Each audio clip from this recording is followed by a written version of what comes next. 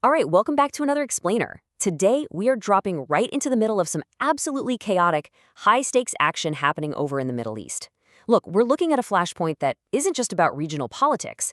It's a situation that has a very real potential to ripple outward and impact the entire global economy. So let's just dive right into it. 1 month.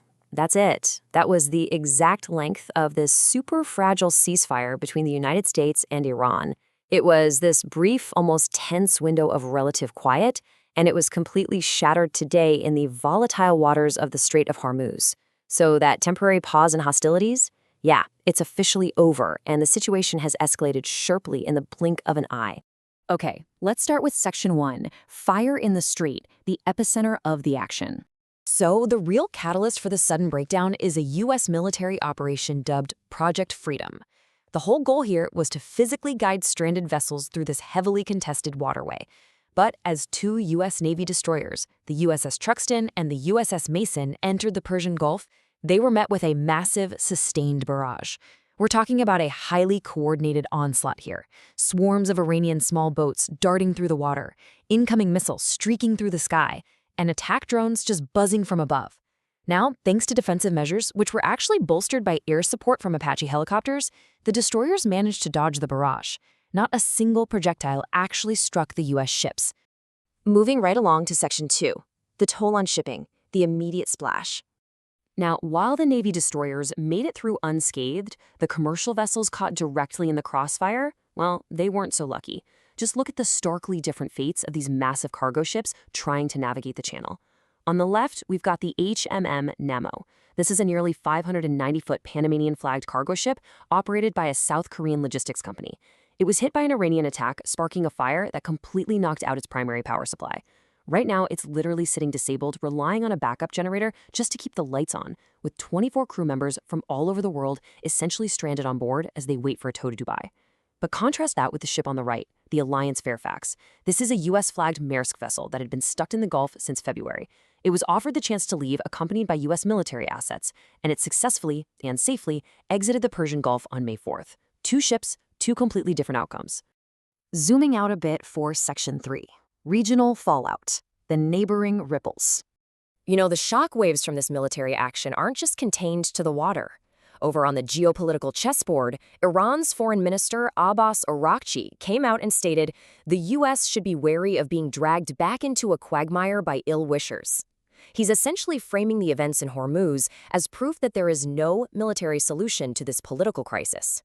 In fact, he completely flipped the U.S. operation's name around, labeling Project Freedom as Project Deadlock. But then, look at the absolute stark diplomatic contrast when we examine Saudi Arabia's reaction.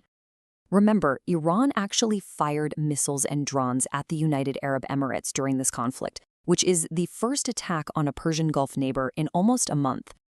In response to all this, the Saudi Foreign Ministry nervously issued this plea, calling for, quote, de-escalation, restraint, and support for Pakistani mediation.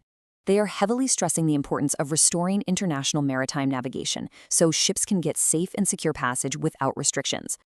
It's kind of like they are watching a fire ignite in their own backyard and are desperately pleading for someone to bring a hose. But honestly, the rhetoric from other Iranian officials tells a totally different story. Look at this chilling quote from Mohammad Bagher Ghalibaf. He's a top Iranian negotiator and the Speaker of Iran's parliament. He says, "We know full well that the continuation of the status quo is intolerable for America, whilst we have not even started yet. I mean, wow. He is aggressively leaning into the breakdown of the ceasefire, confidently asserting that the U.S. and its allies' presence is going to diminish. Okay, time for our final zoom out with Section 4, the global chessboard, the macro view. So how are global superpowers reacting to this sudden eruption of chaos? Well, the crucial point here is understanding exactly why they care so deeply about this specific strip of water. The Strait of Hormuz isn't just some local shipping lane. It is a major global artery for the fuel exports that literally drive the worldwide economy. If this strait gets blocked, the disruption doesn't just stay in the Middle East. It travels directly to your hometown, it affects your daily life, it absolutely dictates the energy costs that power your home and your vehicle.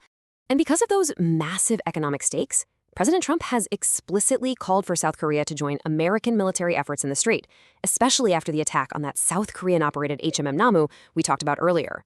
But Seoul? Well, they're hesitating. South Korea's defense ministry says they are carefully reviewing their position based on 4 things, actually 4 really complex criteria: international law, the safety of maritime routes, their vital alliance with the United States, and, crucially, the security situation on their own Korean peninsula. It's a huge, incredibly difficult strategic calculation for them, for sure. Now, as the U.S. is trying to rally its allies, Iran is executing a critical geopolitical pivot of its own. Iran's foreign minister immediately hopped on a plane and headed to Beijing to meet with the Chinese foreign minister. The stated agenda for the meeting? To discuss bilateral ties and, quote, international developments amid the U.S.-Israeli war with Iran. Right in the middle of this massive crisis, Tehran is actively seeking counsel and solidarity with China. Which brings us to China's incredibly complex strategic balancing act. Publicly, China portrays itself as a neutral party, right? They're frequently calling for diplomacy. But economically, they continue to support their trade partner by buying Iranian energy, reportedly even after the U.S. put blockades in place.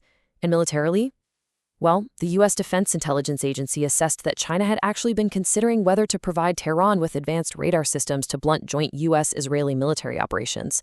I mean, it just shows you how tangled and multi-layered this whole international web truly is. So, what does this all mean going forward? Will Project Freedom actually successfully secure the world's most vital shipping lane? Or is it going to trigger this inescapable quagmire that just drags global superpowers into a much wider, much messier conflict?